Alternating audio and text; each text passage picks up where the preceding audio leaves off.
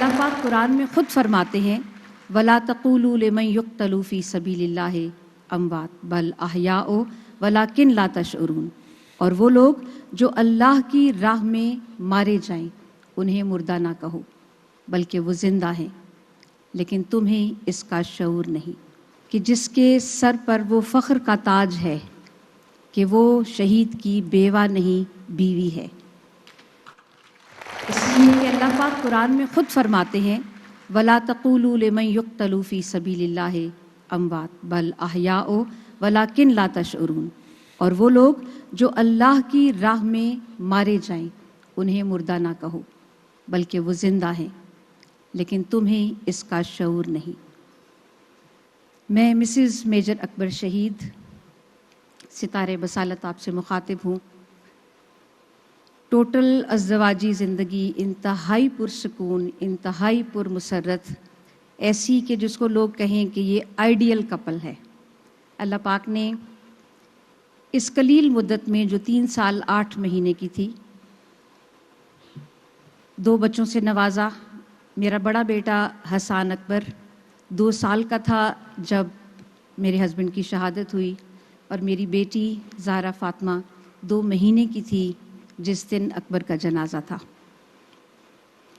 یہ وقت کیسے گزرا، اور اس شہادت کے دن کو گزرے آج تقریباً 16 سال ہو چکے ہیں۔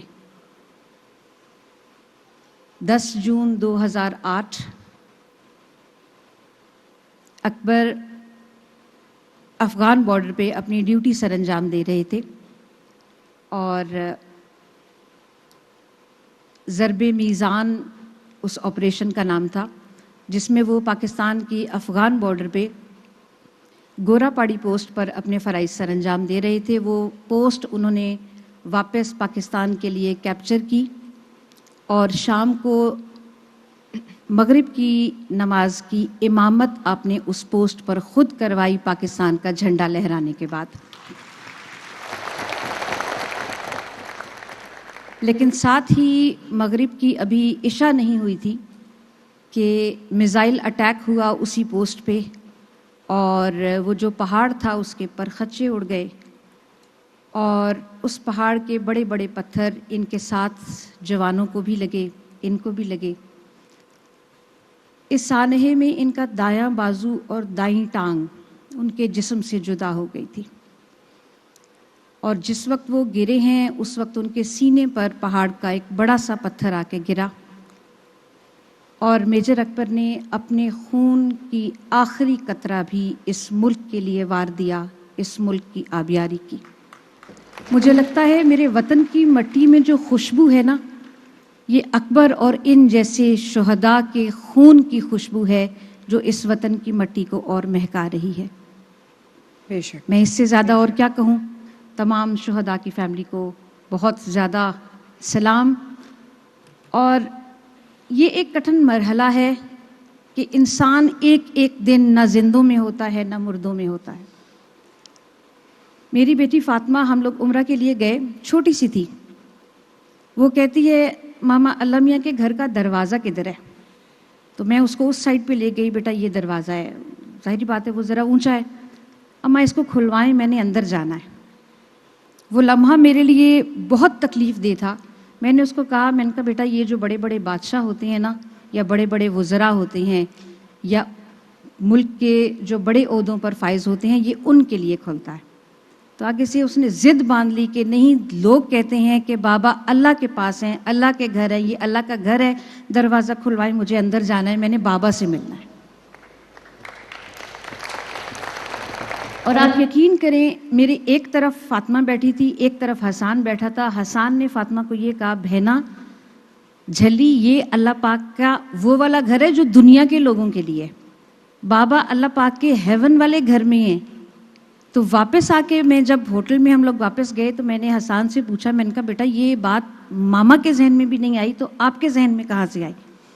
تو اس نے بڑے فریکوینٹلی فوراً سے جواب دیا کہ ماما آپ کو نہیں پتا، بابا میرے ساتھ بیٹھے تھے، وہ بتا کر گئے، انہوں نے مجھے کہا کہ میں یہاں نہیں ہوں، میں اللہ کے ہیون والے گھر میں ہوں۔ تو شہید واقعی زندہ ہیں، آج 16 سال گزر گئے ہیں۔ بٹ ابھی بھی ہر لمحہ مجھے ایسے لگتا ہے کہ جیسے وہ ہمارے ساتھ ہے. بیٹی تھوڑی سی ایکسٹروورڈ ہے, وہ کسی نہ کسی طرح اپنا کیتھارسس کر لیتی ہے. کبھی بابا کے نام کارڈ بن رہا ہوتا ہے, کبھی بابا کے نام لیٹر لکھا جا رہا ہوتا ہے, کبھی بابا کا پورٹریٹ بنایا جا رہا ہوتا ہے, کبھی بابا کے لیے کوئی نظم لکھی جا رہی ہوتی ہے. تو وہ اس طرح سے اپنا کیتھارسس کر لیتی ہے. اور بیٹا جو ہے وہ ملٹری کالج مری میں 2nd ایئر کا طالب علم ہے, اور اس عزم کے ساتھ انتہائی پر عزم ہے کہ وہ بابا کی لیگیسی کو آگے لے کر بڑھے گا. میجر اکبر اپنے 4th جنریشن تھے جو آرمی میں جنہوں نے سرو کیا, اور انشاءاللہ میرا بیٹا 5th جنریشن ہوگا, اور یہ قابل فخر لمحہ ہوگا کہ شاید ہی کوئی 5th جنریشن میں آرمی کو سرو کرے. بیٹی نے سائیکالوجی کو لے کر آگے بڑھنا ہے, اور وہ بھی چاہتی ہے کہ خاکی یونیفارم اس کی تن کا بھی, اس کے بھی پرائیڈ کا حصہ بنے. تو میرے پاس یہی کل کائنات ہے, ایک بیٹا اور ایک بیٹی, اور یہ دونوں پر عزم ہیں کہ وہ اپنے والد کی لیگیسی کو آگے لے کر بڑھیں. اور بیٹے کو بیچ میں ہم نے یہ کہا کہ بیٹا آپ ٹیکنیکل کیڈٹ کور کی طرف جاؤ کہ آپ کے پاس ڈگری ہوگی کم از کم. تو وہ آگے سے کہتا ہے اماں ٹیکنیکل کیڈٹ کور میں اگر میں چلا گیا تو شہادت والا جو ایک ایلیمنٹ ہے نا, جو آرٹلری اور آرمر اور انفینٹری کے حصے میں ہے, تو وہ شاید میرے لیے چانس کم ہو جائے. تو he has a strong faith کہ اس کو ابا کی طرح شہادت کا فخر اپنے ماتھے پر سجانا ہے. لیکن جب ملک میں ایسے واقعات ہوتے ہیں تو ہم ہل کے رہ جاتے ہیں, اور دل سے یہی دعا نکلتی ہے کہ خدا را اب وہ وقت ہے کہ پاکستان کے بارے میں سوچا جائے. اب وہ وقت ہے کہ ہم مل کر پاکستان کو سنواریں. شہداء کی جو قربانیاں ہیں ان کو ڈاؤٹ فل مت بنائیں, ان کو اس ایسی نہج پہ پہنچائیں کہ ہم شہداء کے ورثاء فخر کر سکیں.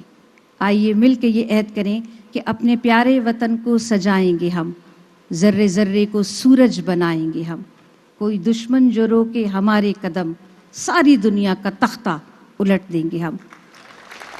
ایک چیز یہ کہنا چاہوں گی کہ میں ابھی بھی پاک فوج سے منسلک ہوں. میں army public school and college Jarrar garrison میں بحیثیت پرنسپل اپنے فرائض کو سر انجام دے رہی ہوں, اس عزم کے ساتھ کہ